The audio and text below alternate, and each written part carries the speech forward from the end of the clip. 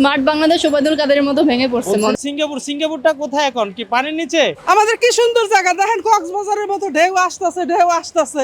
উন্নয়নের জোয়ারে ভাসছে দেশটাই, দেশপ্রেমের মার্কা মার্কা আমি বলবো না দর্শক। আপনারা জানেন যে দীর্ঘ 16 বৎসর যে শেখ হাসিনার আমলে আমরা দেখেছি যে ডিজিটাল বাংলাদেশ ঘোষণা দিয়েছেন, সর্বশেষ স্মার্ট বাংলাদেশ। স্মার্ট বাংলাদেশের চিত্র কি এটি?